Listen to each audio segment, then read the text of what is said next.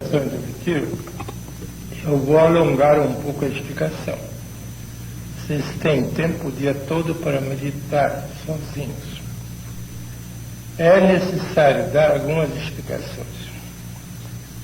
Porque a humanidade, nestes últimos decênios, não a humanidade massa, mas a humanidade elite, que já é grande, está entrando numa nova dimensão de consciência. Não é mais crença medieval, é experiência do presente. Não é crença em Deus, não é crença na vida após morte, não é crença em nossa alma. Isto já passou, isto é da massa, que vai ser ainda por muito tempo. Porque a massa não pode ir além da crença. Crença é um ato de boa vontade, mas não é uma experiência e não é segura. Da crença há um caminho para a descrença, mas da experiência não há um caminho de regresso para a inexperiência. Uma vez que alguém entrou na experiência, está definitivamente garantido, remido e salvo. Disto a humanidade se está convencendo pouco a pouco, nesta era do aquário, que é considerada como era da compreensão universal. De maneira que nós não podemos ficar atrás, na retaguarda, mas temos que ir na vanguarda da nova humanidade. E temos que entrar no período da experiência direta da realidade espiritual. Até agora se chamava isto espiritualismo. Faça favor de acabar com essa história de espiritualismo. Também não é misticismo. Também não é escapismo. É uma tremenda realidade. Nem é realismo. Todos os ismos são viciosos. Se evitar os ismos. Tudo que é ismo é vício. Inclusive o nosso cristianismo teológico, inventado por nós. O Cristo não é responsável pelo nosso cristianismo. Isso é invenção nossa. O Cristo proclamou uma grande mensagem de realidade vital. E disto a humanidade elite se está convencendo pouco a pouco. Seja Buda, seja Krishna, seja Lao Tse, seja Jesus o Cristo, todos proclamaram uma grande realidade vital da existência humana, que nada tem que ver com espiritualismo, nada com misticismo, porque tudo isso dá falsa ideia. Nós não estamos aqui para praticar espiritualismo, nem misticismo. Estamos aqui para abrirmos os olhos para a grande realidade da vida, seja terrestre, seja extraterrestre. A vida é uma só. Começa aqui e continua no universo.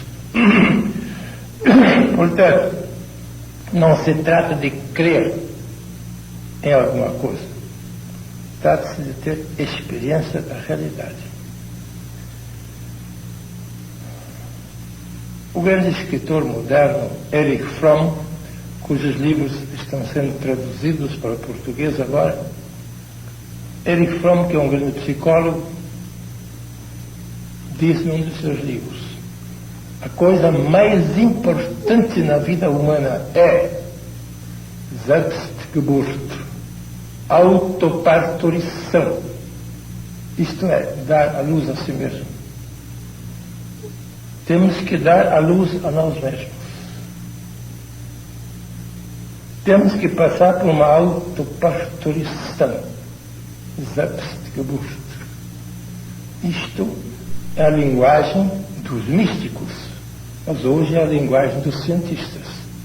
Há uma coisa estranha. Os maiores cientistas da atualidade estão com um pé na metafísica. Estão com um pé na física e com outro na metafísica. Einstein também fala como um metafísico. Sempre. Trata da física, por um lado, pela inteligência, e trata da metafísica, por outro lado, pela intuição espiritual. Mas isto não é espiritualismo. Isto não é misticismo. Isto é a realidade cósmica do homem. Por isso nós não estamos aqui para tratarmos de espiritualismos, nem de misticismos.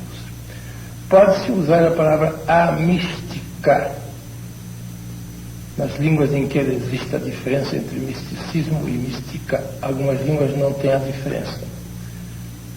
Mas em nossa língua nós podemos fazer a diferença. Tratamos da mística, mas não tratamos do misticismo. Porque o misticismo acaba sempre em mistificação, que é uma terrível ilusão. A mística acaba na evidência meridiana da nossa própria vida. A mística, mas não o misticismo. Todos os grandes mestres da humanidade, dentro e fora do cristianismo, seja Buda, Lao Tse, Krishna, o Totra, o Trismegistus do Egito, ou qualquer outro, todos eles acham que uma coisa é necessária. O Cristo enunciou isto claramente. Uma só coisa é necessária: dar a luz a si mesmo. Autoparturição. Porque nós ainda estamos em período de gestação. Nós ainda não nascemos espiritualmente. Nascemos apenas fisicamente. A parturição espiritual ainda é do futuro. Fomos concebidos.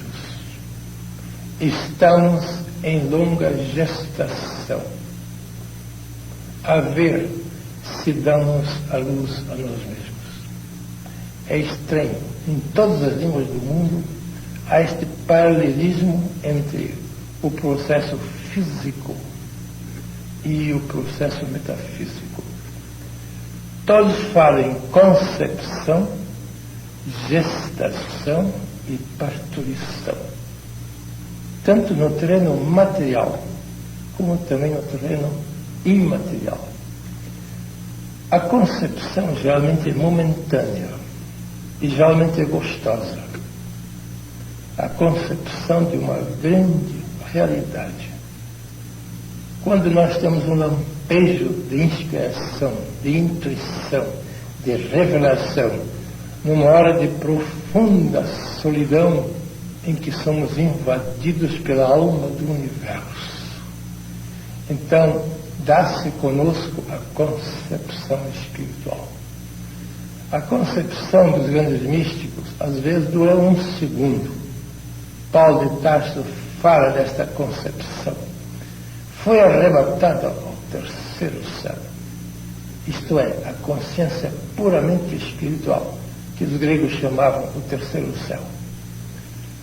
Eu fui arrebatado ao terceiro céu. Não sei se eu ainda estava no meu corpo ou se estava fora do corpo. Deus sabe, ele diz. O que eu sei é que fui arrebatado ao terceiro céu. E lá eu ouvi ditos indizíveis. Este maravilhoso paradoxo. Ditos indizíveis. Algo que me foi dito, mas que eu nunca poderei redizer, nem com os lábios, nem sequer repensar com a mente. Isto ele chama relatar, em grego. A tradução exata é ditos que não se podem dizer. Isto é uma concepção espiritual. Esta tem que preceder a gestação. não há gestação sem concepção. E nós estamos aqui para esta grande concepção espiritual. O retiro é principalmente para isto. Temos que ser iluminados por um clarão, por uma luz que não vem propriamente do nosso ego humano, mas que pode ser recebido pelo nosso ego humano. No mundo espiritual, toda a alma humana funciona feminинamente. Ela tem de conceber. Deus é o único poder criador. O infinito é o único poder criador. E todos os finitos são receptores. A nossa alma é receptiva. Quando ela está em condições de conceber, ela vai conceber o Espírito de Deus. E depois da concepção, que é um lampejo, um momento de esclarecimento extraordinário e que ninguém pode definir. A gente pode viver esta concepção espiritual. Mas, quando passamos a querer definir, então, tudo falha. Por isso, Paulo diz muito bem, isto que me aconteceu no terceiro céu são ditos indizíveis. E podemos dizer, pensamentos impensáveis. Nem se pode pensar do mundo espiritual, muito menos dizer. Mas, para além do dizer e do pensar, há o viver. Podemos viver a concepção espiritual. E uma vez que vivemos esta grandiosa concepção espiritual, a nossa alma entra numa espécie de gestação. Na vida de todos os grandes iluminados se vê isto. Paulo de Tarso passou mais de 30 anos aqui, em dolorosa gestação. Ele nunca disse que chegou ao termo da jornada. Eu não tenho a pretensão de ter chegado ao fim, ele disse. Eu ainda não dei a luz a mim mesmo, mas lance-me para a frente a ver se eu consigo. Sempre se julga um viajor, sempre se julga em jornada, nunca se julga na chegada. Não há tal coisa como a chegada. A chegada é a própria eternidade. Mas no tempo e no espaço não há chegada. Há jornada progressiva. Então nós, se passamos pela grande concepção espiritual, estamos nessa longa e sempre dolorosa gestação. Toda gestante sabe que a gestação é dolorosa. É longa em comparação com a concepção. Mas isto é um período preliminar para a autoparturição. No mundo físico, a parturição exige sempre dois seres, masculino e feminino. No mundo espiritual, não há sexualidade. Quando os saduceus quiseram saber de Jesus, de quem seria aquela mulher que tinha casado 7 vezes e que todos os seus maridos tinham falecido antes dela, e se ela falecer, perguntaram os saduceus, de quem esta mulher vai ser? Do primeiro marido, do segundo, do terceiro, ou de todos os 7 ao mesmo tempo? Eles queriam ridicularizar Jesus, porque eles se dissessem, ela é do primeiro marido. Eles diriam, injustiça, os outros 6. Se dissesse qualquer coisa, mesmo se dissesse, é dos 7, essa horrível poliandria, é ridículo. Eles queriam ridicularizar Jesus. O que é que ele vai dizer deste caso? Um caso fictício, mas que os saduceus apresentaram como real. Jesus não respondeu o que eles esperavam. não se desmoralizou diante deles. Ele disse: estais em erro. Reprovou os seus examinadores. O examinando reprovou os examinadores. Logo inverteu a história. Estais em erro. Sois uns pobres ignorantes. Ele disse: aqueles inteligentes saduceus, eles se consideravam a elite intelectual de Israel. Estais em erro, porque não conheceis nem o poder de Deus, nem a Sagrada Escritura. Reprovados em teologia e filosofia, em teologia bíblica e em filosofia cósmica. Não conheceis nem o poder de Deus, nem a Sagrada Escritura. Então ele mostra como é que eles estão duas vezes em erro. Se Deus diz: eu sou o Deus de Abraão, Isaac e Jacó, que já tinham falecido, será que ele é Deus dos mortos? Não. Deus de cadáveres não interessa. Logo, ele diz: há uma sobrevivência após a vida física. Deus não é Deus dos mortos, é Deus dos vivos. Abraão, Isaac e Jacó já tinham conhecido muito tempo. Apesar disso, Deus diz: eu sou o Deus deles, não dos cadáveres deles. Está escrito deles. Quanto ao resto, ele diz: estáis em erro também na filosofia. Na vivência futura, não se casa, nem se dá em casamento. Não há relações sexuais. Não há procriação física. Não precisa haver procriação, porque não há morte.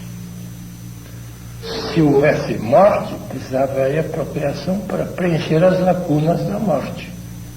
Mas onde não há morte, após esta vida não há morte.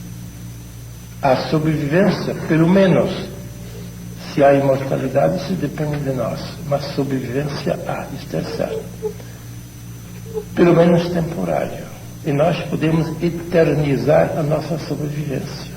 Isto depende de nós. Todos somos imortalizáveis. Ninguém é imortal. Mas todos são imortalizáveis. Todos se podem imortalizar. Até na sobrevivência pós-morte. Então, lá na outra sobrevivência, que o grego chama no outro aion, e que a Vulgata traduz no futuro século, mas não se trata de século de 100 anos. Vamos traduzir corretamente. Na presente vivência a gente casa e dá em casamento. Mas na próxima vivência não se casa, nem se procria, nem se dá em casamento, porque eles são iguais aos mensageiros de Deus no espaço. Tradução comum é aos anjos de Deus no céu.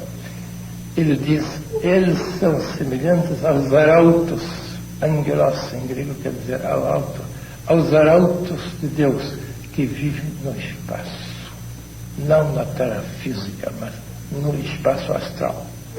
Logo ele fala de entidades astrais, imateriais, mas plenamente conscientes. Então, os grandes iniciados sabem que na vida presente, na vida material, nós estamos numa espécie de jardim de infância ou de escola primária, soletrando o ABC da matéria, que é a coisa mais grosseira que existe. Einstein diz: tanto menos real é uma coisa quanto mais material. E tanto mais real é uma coisa, diz Einstein, quanto menos material. Quer dizer, ele põe material e real em dois polos opostos. Uma coisa plenamente real não pode ser material. E uma coisa absolutamente material não pode ser real para Einstein e para os corifeus da era atômica. Até esse ponto, felizmente, a ciência já chegou. Não identifica mais o material com o real. Quanto mais o homem se imaterializa ou desmaterializa pelo poder da consciência, mais ele se realiza. Enquanto nós nos identificamos com a matéria e seus derivados, nós estamos muito pouco realizados. Somos realizandos, talvez até realizáveis, mas não somos realizados. Mas quando entramos numa zona de imaterialidade real ou de realidade imaterial, como pretendemos fazer na meditação no retiro, então entramos numa nova dimensão de consciência. Abrimos os olhos para uma grande verdade. Eu me realizo quando eu me desmaterializo conscientemente. A desmaterialização física não resolve. Morrer fisicamente não nos realiza. Vamos morrer ou de um acidente, ou de uma doença, ou da velhice. Não há outros modos de morrer. Nada disto resolve. Nada. A morte não resolve nada. Ninguém é melhor nem pior porque morreu. A morte é uma coisa completamente indiferente para a nossa realidade. A morte física, esta que nos acontece compulsoriamente, queiramos ou não queiramos, essa não resolve nada. É um fator indiferente para a nossa existência. Mas o que resolve mesmo é uma morte voluntária. Os mestres insistem na morte voluntária. Todos os mestres da humanidade insistem na necessidade do egocídio. Morrer para o seu ego, que é um processo de consciência, não é um processo físico. É necessário morrer para viver plenamente. Se o grão de trigo não morrer, ficará estéril. É o ego que não morreu. Todo o ego é estéril, para si e para os outros. Mas se ele morrer voluntariamente, então produzirá muito fruto. A fecundidade vem da morte voluntária. E a esterilidade vem da falta de morte voluntária. Isto é meridianamente claro nos mestres. É pura matemática metafísica. É preciso morrer voluntariamente para as ilusões do seu ego, porque o ego é uma enorme ilusão. É um reflexo, é um fantasma, é uma sombra, mas não é uma realidade. Eu é a realidade. Ego é uma ilusão, um fantasma. Todos os mestres dizem isto. Paulo de Tarso afirma categoricamente: eu morro todos os dias. Eu morro todos os dias. Eu morro voluntariamente para as ilusões do meu ego fictício, que geralmente é adorado como a única divindade da nossa vida. Somos todos idólatras. Adoramos um falso Deus a vida inteira. Desprezamos os idólatras africanos e pensamos que eles são muito atrasados. Um Hottentot lá no fundo da África faz um Deus de pau. Arranja um pedaço de madeira, esculpe um pouco, bota numa estaca, ajoelha diante de Deus diante do seu Deus de pau e adoram. E nós achamos que é muito atraso. Será que nós somos melhores? Adoramos um Deus mental. A única diferença é que para o africano o Deus é material e para nós é mental. Mas é um falso Deus. O nosso falso Deus se chama ego. Foi colocado numa estaca, num altar, num santuário, e nós, 50 anos ajoelhados diante deste Deus ego, eu te adoro. Somos todos ególatras. Porque somos idólatras. Agora é chegado o tempo de acabar com a idolatria do nosso falso Deus. Eu sou o Senhor teu Deus. Não terás deuses alheios ao lado de mim. É o primeiro mandamento de Moisés. Eu, o Espírito, sou o Senhor teu Deus. E não terás deuses mentais e emocionais ao lado de mim, adorando-os a vida inteira. Deixe de tua idolatria. A autoparturição, dar a luz a si mesmo, é finalmente convencer-se de que nós estamos adorando um falso Deus. E não vamos dar a luz a este falso Deus que infelizmente já nasceu. Vamos agora dar a luz ao Deus verdadeiro que está em longa e dolorosa gestação. A coisa mais importante, diz Erich Fromm, é dar a luz a si mesmo. Fazer nascer conscientemente o seu Deus. Isto todos os mestres consideram a quintessência da vida humana, a razão de ser da nossa encarnação terrestre. Já vivemos tantos decênios aqui e ainda não compreendemos a coisa principal da nossa vida.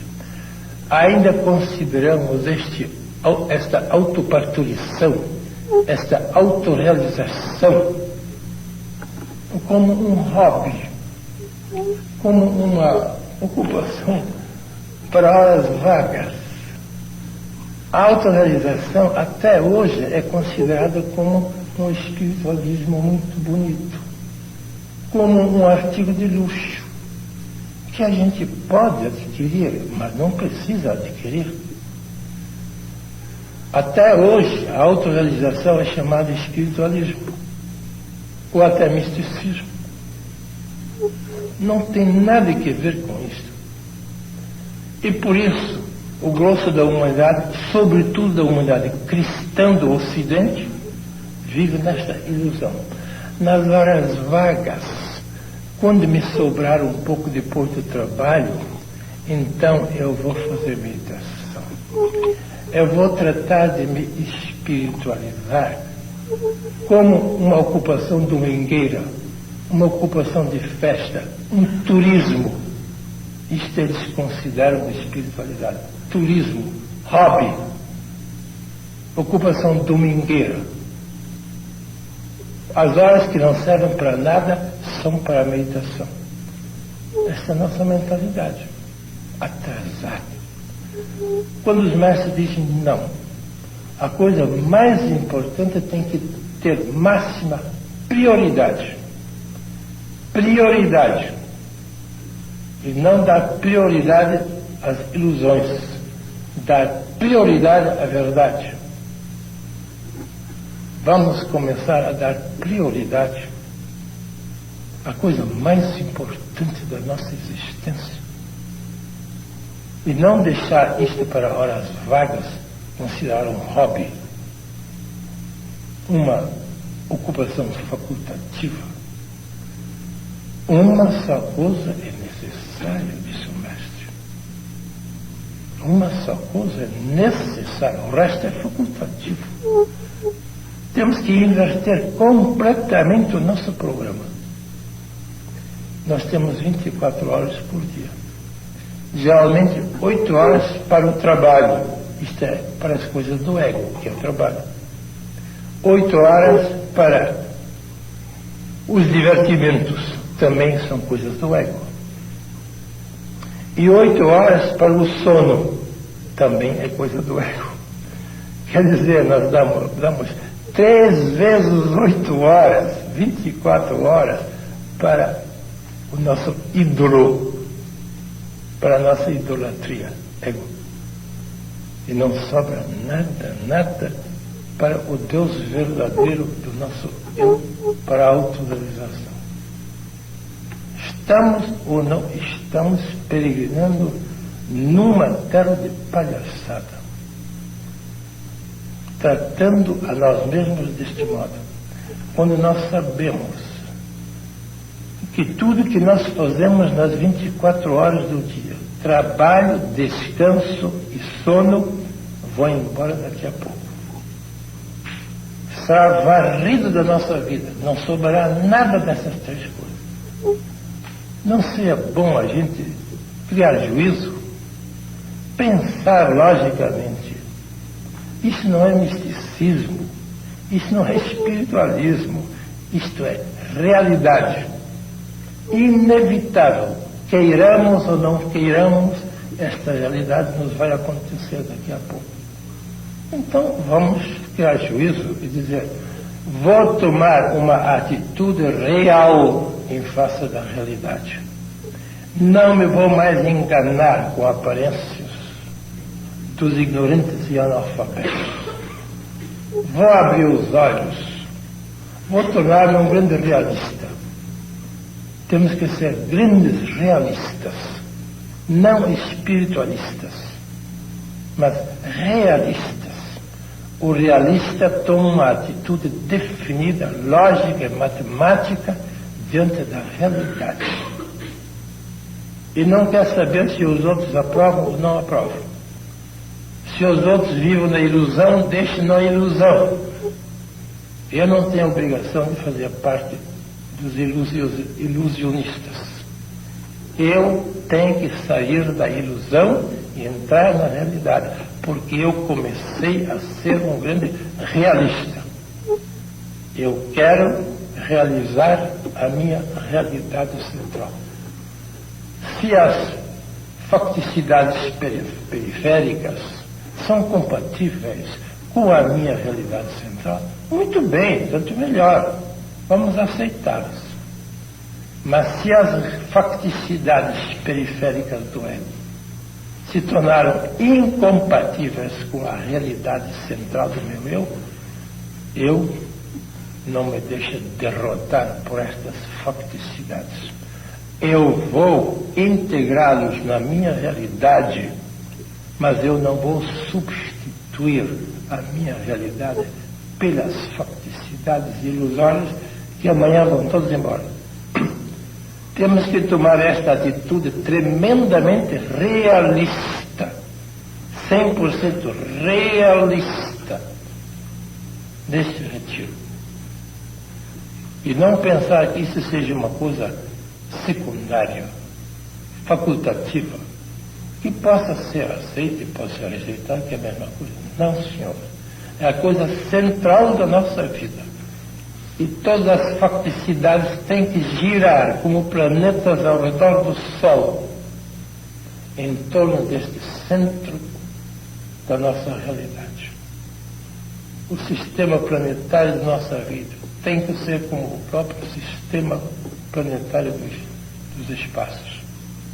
O Sol mantendo em perfeita harmonia todos os planetas e satélites. Eles dependem do centro, mas eles não podem substituir o centro. Vamos centralizar-nos. Vamos realizar-nos. Vamos desiludir-nos. Definitivamente. Entrar na grande realidade da nossa existência. Realização existencial.